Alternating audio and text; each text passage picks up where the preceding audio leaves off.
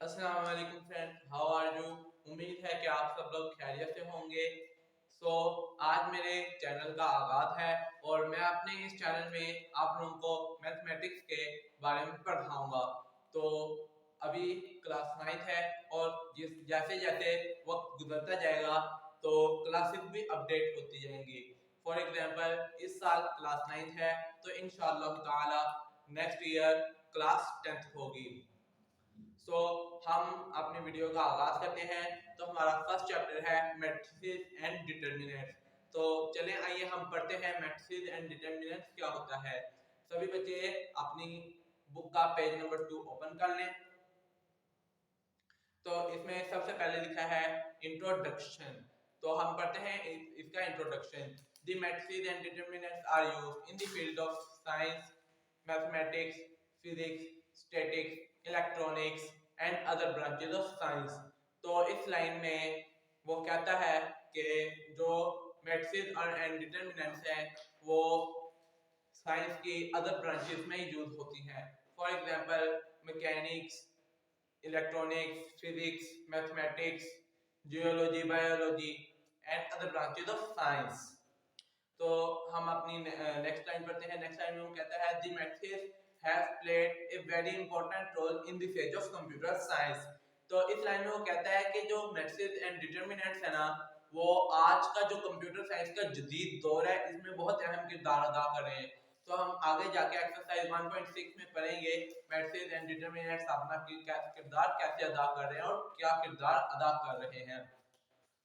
इसी के नीचे एक वेरी इंपॉर्टेंट एमसीक्यूज है। आइए हम वो एमसीक्यूज पढ़ते हैं। The idea of matrices was given by Arthur Clay, an English mathematician of 19th century, who first developed theory of matrices in 1858। तो इस लाइन में वो कहता है कि जो मैट्रिसेस का आइडिया है वो ऑर्थर क्ले है, एक इंग्लिश मैथमेटिशियन है 19वीं सदी का। वो पहला ऐसा मैथमेटिशियन है जिसने मैट्रिसेस की थ्योरी दी है, वो भी 1858। तो इसमें बताते हैं कि ऑर्थर क्ले वो साइंटिस्ट है जिसने मैट्रिक्स को डिफाइन किया है। तो ये वेरी इंपॉर्टेंट एमसीक्यूज है जो कि बोर्ड में कई बार आ चुका है। तो आइए इसके नीचे मैट्रिक्स की डेफिनेशन पढ़ते हैं।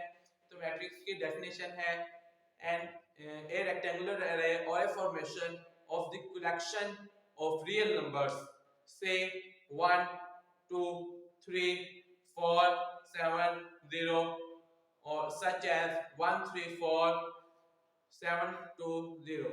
तो उसमें ना उसने एक बॉक्स की शेप में लिखा है 1 3 4 7 2 0। आगे वो कहता है and then enclose by brackets. वो कहता है कि इसको ब्रैकेट से इनक्लोज कर दें, ब्रैकेट से बंद कर दें। तो ये एंड द मैट्रिक्स फॉर्म, एक मैट्रिक्स अपनी हालत में असल हालत में आ जाता है।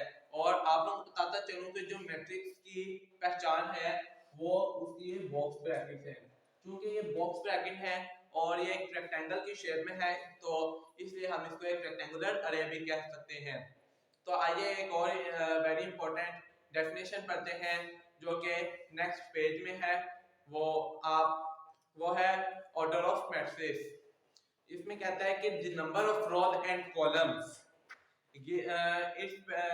The number of rose and columns give it specifies it's order. इसमें वो कहता है कि जो एक मैट्रिक्स के नंबर ऑफ कॉलम्स और रोज है ना, number of rose and columns से मुराद ये एक हॉरिजॉन्टल लाइन से मुराद रो है। अब ये देखें, ये एक हॉरिजॉन्टल लाइन पे लिखा हुआ है, इट मींस ये वन रो है। ये सेकंड हॉरिजॉन्टल लाइन पे लिखा है, इट मींस ये सेकंड रो है। द नंबर ऑफ रोज यानी कि एक मैट्रिक्स में कितने नंबर ऑफ रोज हैं, and number of columns A vertical line mean column. एक नंबर ऑफ कॉलम्स, इसमें देखते हैं कितने नंबर ऑफ कॉलम्स हैं, 1 2 3। इसके अंदर 3 कॉलम्स हैं। तो ये कहते हैं कि जो number of rose and columns हैं वो एक मैट्रिक्स का ऑर्डर बताते हैं। अब आगे बढ़ते हैं। If A matrix M has M rows and N columns, then it's said to be the order of matrix by the form। तो कहता है कि अगर एक मैट्रिक्स M है, उसकी रोज M है, इसके अंदर कितनी रोज है? 2, कॉलम 3। और कहता है जो 2 है,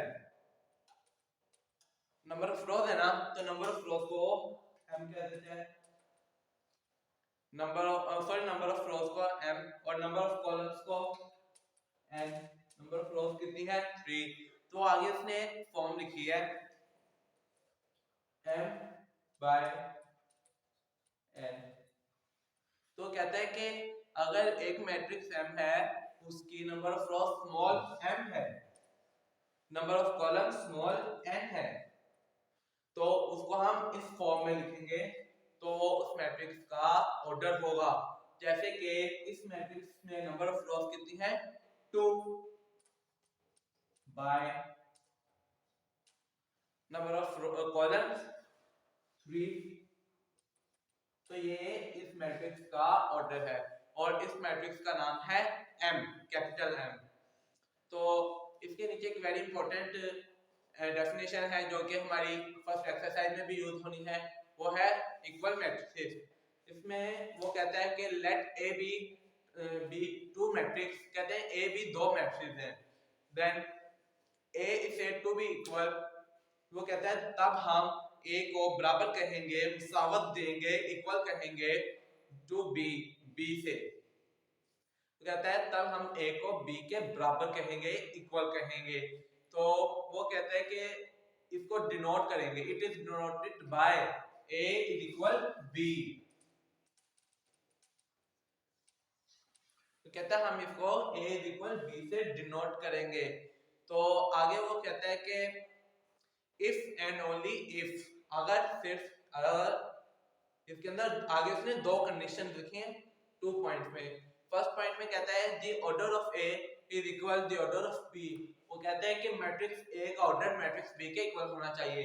अब ये मैट्रिक्स A है, लेट कर लें ये मैट्रिक्स A है, इसका ऑर्डर है 2 रोज 2 कॉलम्स, तो इसका ऑर्डर हुआ 2 बाय 2।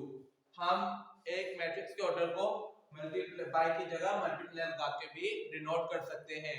अब ये मैट्रिक्स B है, इसका ऑर्डर है 2 रोज है, 2 बाय कितनी कॉलम्स हैं? 2 2। The order of A is equal the order of B। ये मैट्रिक्स A है, इसका ऑर्डर मैट्रिक्स B के ऑर्डर के इक्वल है, बिकॉज इसका जो फर्स्ट डिजिट है वो 2 है और इसका भी 2 है, B का सेकंड डिजिट 2 है A का, और B का भी सेकंड डिजिट 2 है, तो ये इक्वल है। यस।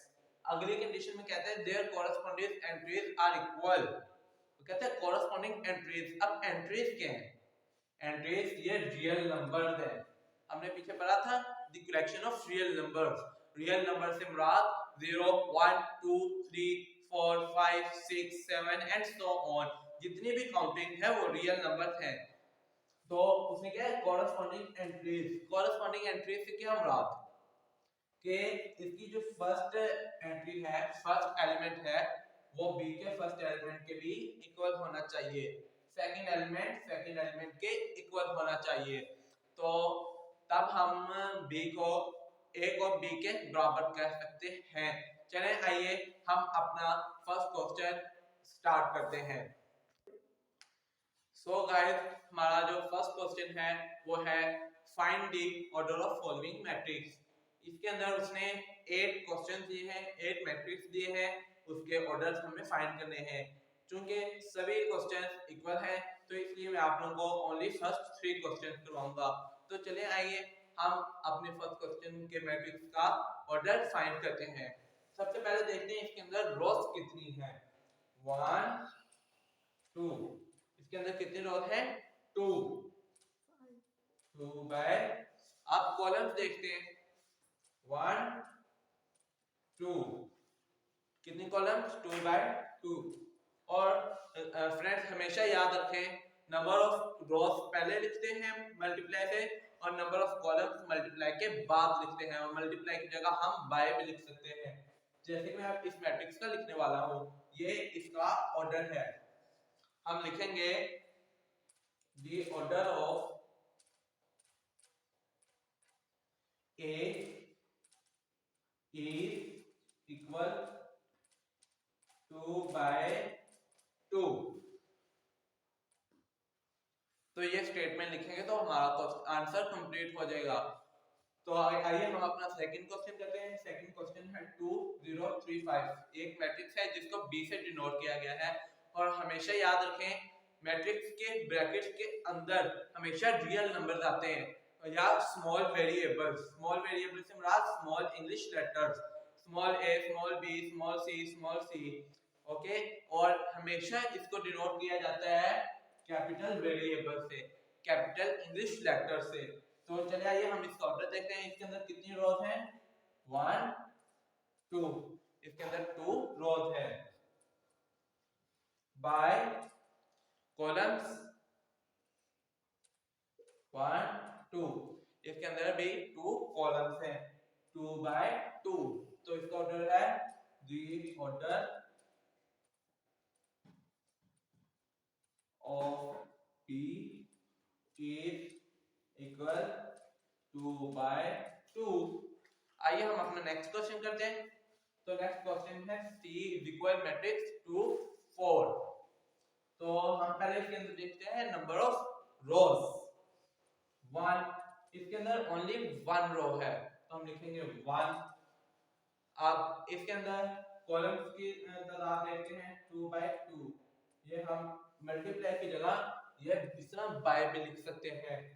अब इसके अंदर कॉलम्स 1 2, 2 कॉलम्स हैं, 2 बाय 1 बाय 2, तो इसका ऑर्डर है the order of C is equal 1 by 2। तो ये हमारा फर्स्ट क्वेश्चन कंप्लीट हो गया। तो बाकी जो 5 पार्ट्स हैं वो आप लोगों ने खुद करने हैं ताकि आप लोगों की प्रैक्टिस हो सके। आइए हम अपना नेक्स्ट क्वेश्चन करते हैं। गो। अस्सलाम वालेकुम गाइस, तो ज्वाइन यू अगेन।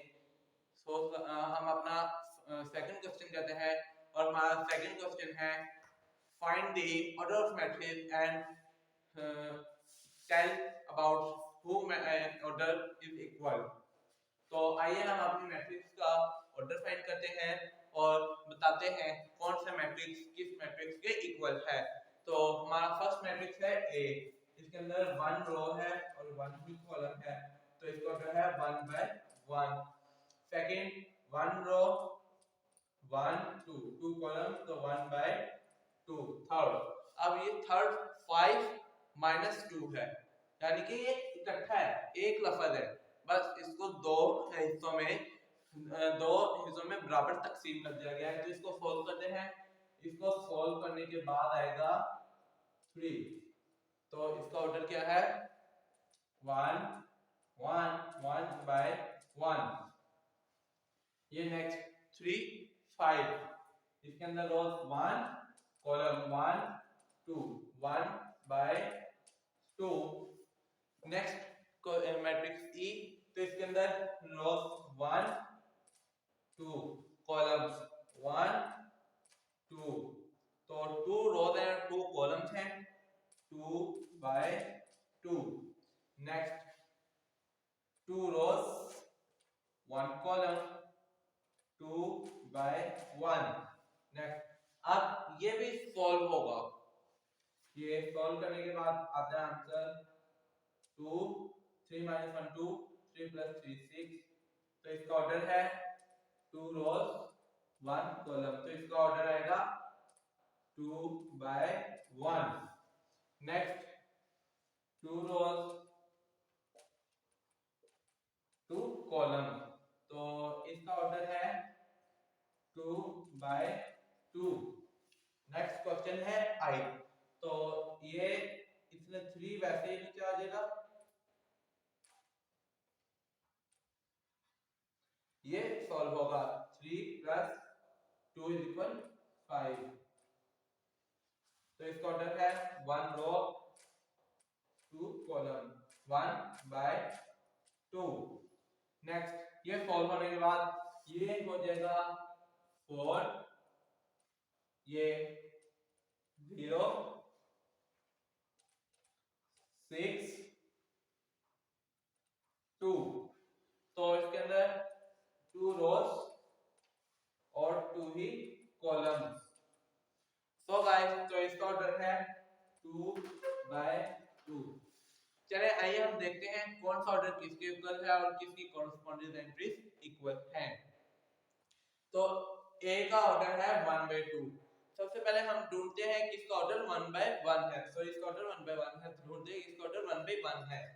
तो 1/1 ये 1/2 है, नो ये 1/1 है मैट्रिक्स सी का ऑर्डर सेम है। अब एड्रेस चेक करते हैं, ये 3 है, ये भी 3 है, एड्रेस सेम है, तो इसका क्या मतलब है a इक्वल c। तो हम ये साइड पे रिकॉर्ड कर सकते हैं a इक्वल c। आगे हम b का ढूंढते हैं, b का ऑर्डर है 1/2। ये 1/1 है, नो 1/2 ऑर्डर सेम है, यस इसके अंदर फर्स्ट कंडीशन अप्लाई हो गई है। अब सेकंड कंडीशन देखते हैं, इसकी फर्स्ट एंट्री है 3 और सॉरी ये यहाँ पे बुक पे है 5 और यहाँ पे 3, मिस्टेक होगी सॉरी। तो यहाँ पे इसकी फर्स्ट एंट्री 3 है जबकि इसकी फर्स्ट एंट्री 5 है, तो इसके अंदर सेकंड कंडीशन अप्लाई नहीं हुई, तो इसका मतलब ये इक्वल नॉट नहीं है। चलिए सी पहले ही ए के इक्वल हो चुका है, डी का ढूंढते हैं क्योंकि ये बी के साथ इक्वल नहीं हुआ था। ये डी के बाद ई का ऑर्डर 2/2, नो इसका ऑर्डर 2/1 है जबकि हमें ऑर्डर चाहिए 1/2 का।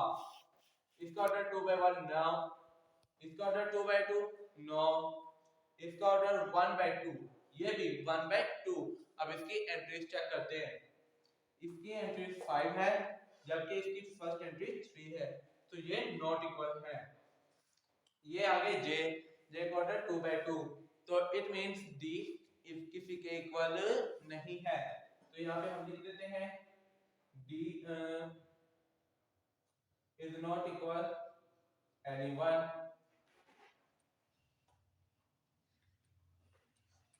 नॉट इक्वल का साइन है इक्वल के ऊपर एक स्लैश। तो आगे हम e का फाइंड करते हैं, e का ऑर्डर है 2/2, ये 2/1 नहीं, 2/1 नहीं, ये 2/2, ये ऑर्डर क्या सेम है,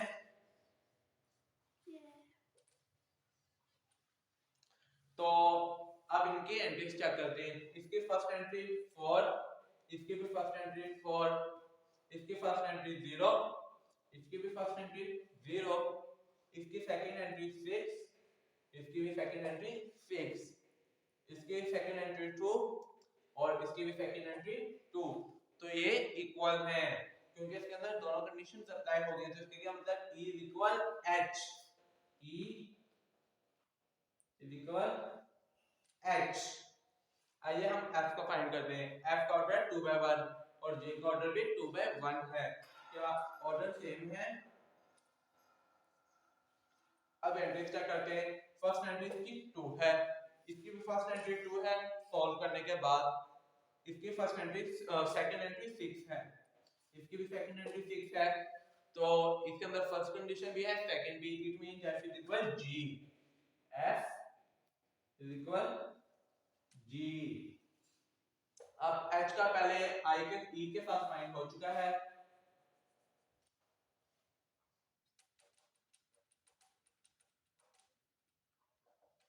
चलिए आइए अब i का फाइंड करते हैं।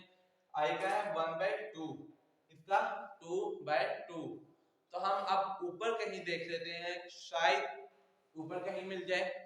तो ये b का ऑर्डर है 1/2, बिकॉज पहले b को हमने d के साथ कंपेयर किया था तो इसका ऑर्डर सेम नहीं निकला था, बिकॉज और इसकी फर्स्ट एंट्रीज नॉट इक्वल है, तो इसकी फर्स्ट एंट्री 3 है, इसकी भी फर्स्ट एंट्री 3 है, सेकंड एंट्री 5 है b की, i की भी सेकंड एंट्री 5 है, तो it means b is equal i, b is equal i। अब आगे j ये तो अब एंड पे अकेला रह गया, हम इसका ऊपर ऑर्डर कहीं फाइंड कर लेते हैं। इससे एक ऑर्डर ऊपर 2 है और एक ऑर्डर h है और एक ऑर्डर e। तो गाइस अब हम इन दोनों की एंट्रीज चेक करते हैं। पहले e के साथ कंपेयर करते हैं। इसकी एंट्री 4 है, इसकी भी फर्स्ट एंट्री 4, इसकी सेकंड एंट्री 0 है, इसकी भी सेकंड एंट्री 0, इसकी थर्ड एंट्री 6 है, इसकी भी थर्ड एंट्री 6, इसकी फोर्थ एंट्री 2 है और इसकी भी फोर्थ एंट्री 2 है। तो it means is equal j। तो पहले हम ये यहाँ पे रिकॉर्ड हमारे पास है कि e equal h, it means e equal h is equal j। तो ये तीनों वेरिएबल्स इक्वल हैं, तो हम इसको यूं लिखेंगे, थ्री वेरिएबल्स आर इक्वल। तो हमारा ये क्वेश्चन कंप्लीट हो गया है। चलिए आइए हम अपना नेक्स्ट क्वेश्चन करते हैं जो कि इस एक्सरसाइज का लास्ट क्वेश्चन है। सो गाइस हम अपना थर्ड एंड लास्ट क्वेश्चन करते हैं इस एक्सरसाइज का। तो ये एक लॉन्ग क्वेश्चन है जिसके अंदर हमने इक्वेशंस बनानी है। तो इस क्वेश्चन की जो स्टेटमेंट है वो ये है, find the value of a b c and d which satisfies the matrix equation। तो यहाँ पे हमें दो मैट्रिक्स दिए गए हैं जिनको इक्वल कहा गया है। तो चले हम अब इनको सॉल्व करते हैं। तो a प्लस c को कहते हैं फर्स्ट इक्वेशन, c माइनस 1 को हम कहते हैं second equation, a plus 2b को हम कहते हैं थर्ड इक्वेशन और d माइनस 6 को हम कहते हैं फोर्थ इक्वेशन। अब हम इसको सॉल्व करते हैं इनकी कोरस्पोंडिंग एंट्रीज के साथ। अब हम हमारे पास अगर हम फर्स्ट इक्वेशन फाइंड करेंगे तो हमारे पास ना c की वैल्यू है ना a की। तो हम पहले सेकंड इक्वेशन करते हैं। सेकंड इक्वेशन है c minus 1 is equal 3 corresponding entries के साथ। तो अब सॉल्व करते हैं। 1 इधर माइनस का है, दूसरी तरफ जाके प्लस का हो जाएगा। c equal 3 minus 1, c equal 3 is equal 4। तो हमारे पास c की वैल्यू आ गई है, c की वैल्यू 4। चलिए आइए अब हम फर्स्ट इक्वेशन की वैल्यू फाइंड करते हैं। फर्स्ट इक्वेशन है a plus c is equal 0। तो आप c की वैल्यू पुट करते हैं, a प्लस 4 इज इक्वल 0। अब क्योंकि हमें a की वैल्यू पता नहीं है तो इसलिए हम 4 को a के अंदर प्लस नहीं कर सकते। और एक बात हमेशा याद रखिए कि दो वेरिएबल्स तब प्लस होते हैं जब वो बिल्कुल सेम हो। For example x plus x is equal to x, ये x स्क्वायर नहीं बनेगा, x प्लस x 2x बनेगा। इस तरह a प्लस 4a नहीं बनेगा, ठीक है। अगर यहाँ पे फॉर एग्जांपल आ जाता है x square plus x square. अब आप लोग सोच रहे होंगे ये स्क्वायर है इसका क्या करें, तो इसका कुछ नहीं करना है, इसका करना ये है 2x स्क्वायर।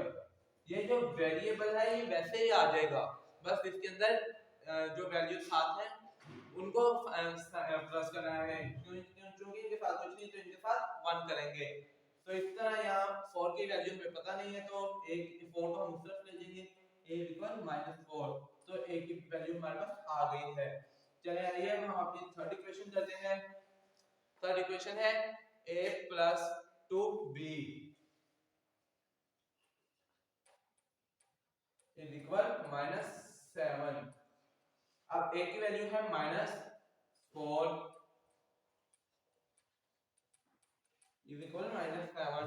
-4 को हम उस तरफ ले जाते हैं, 2b इक्वल -7 और ये इधर माइनस का उधर जाके प्लस का हो जाएगा, +4। अब इसका मतलब है कि हम 4 में से 7 को माइनस कर रहे हैं, तो इसका आंसर आ जाएगा -3।